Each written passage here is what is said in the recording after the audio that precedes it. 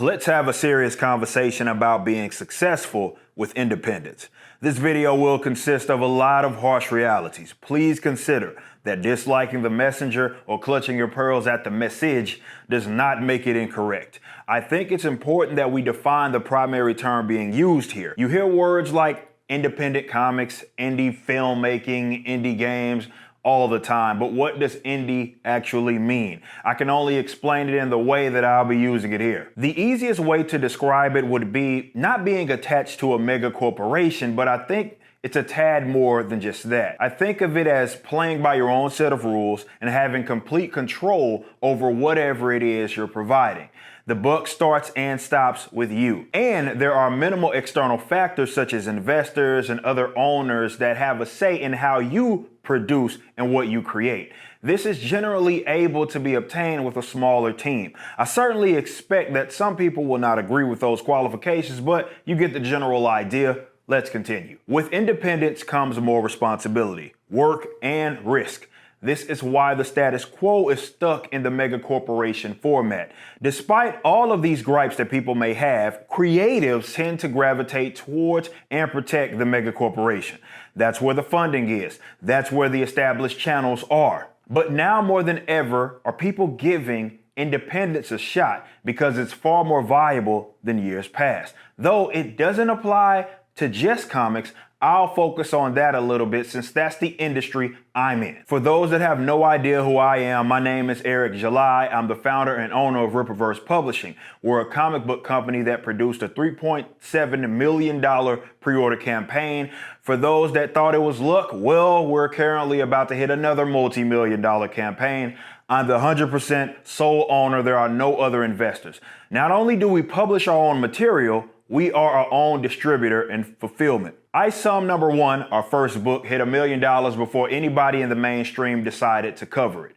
How I did that is not exactly how you have to do it, as there's no one size fits all, but I'll tell you anyway, as it was a combination of different things. This wasn't an overnight success. I've been doing something in entertainment since I was a teenager. My first YouTube video was posted when I was just 16 years old. For over 15 years, I've turned hobbies into ventures. I then used that audience I built to do a new thing and just kept repeating. The vocal covers I did turned into 2 successful Billboard charting bands. My commentary on social issues, political stuff, video games, or comics turned into a large social media following. I built a rapport with my audience and I always delivered. That's important.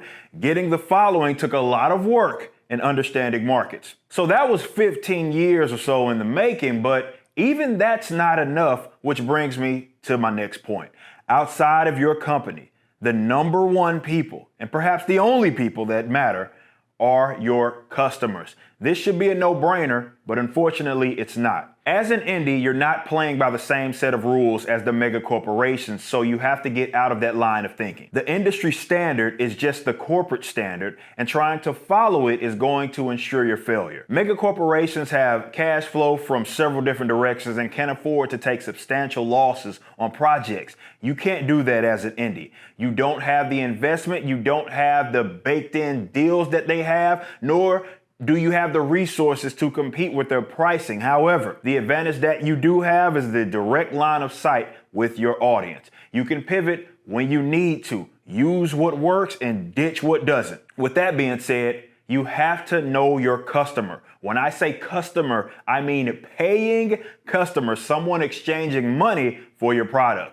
Having eyes on your project isn't enough. Retweets, likes, and shares are not sales. You have to properly identify an audience, make sure it actually exists, and then convert them into buyers. A lot of people wrongfully think that they're smarter than the market, so they make material that they think is good as if the audience is the one that has to prove they're worthy of buying it. That's not how this works. Nobody owes you money. You live in a day and age where some people have access to so much free content. Many have no problem straight up stealing your stuff and then pretending to like it. So your customer base can't just be of people that co-sign your work. It has to be of people that are enthusiastic enough to actually pay for it. So understand that your peers are not your customers. Many of them are economically illiterate. Don't go broke trying to impress them over an actual audience. They will never be the primary determinant of your success, and you have to be able to decipher between useful and useless information that comes from your industry peers. Again, there is no one size fits all. Even if something worked for your competitor, let's say, does not mean that it'll work for you. That's a good thing. In a more decentralized entertainment sector, people are able to custom make their experience for their customers. But the one thing that will always be constant and ring true if you're an independent is focusing on your customers, as they are going to be the ones that's going to carry your company. I happen to have both creative and business bones in my body. Most times people think of themselves having one or the other, or being good at one or the other. The thing though is that as an indie, you can't really separate the two. They're intertwined subjects if you're going to see success. So having a team of competent people to cover your deficiencies is going to be key. Not everybody is meant to be a business owner. If you're a decent artist, be that. If you know your way around a camera, do that. But don't bite off more than you can chew. You can still contribute to independence just wearing one hat.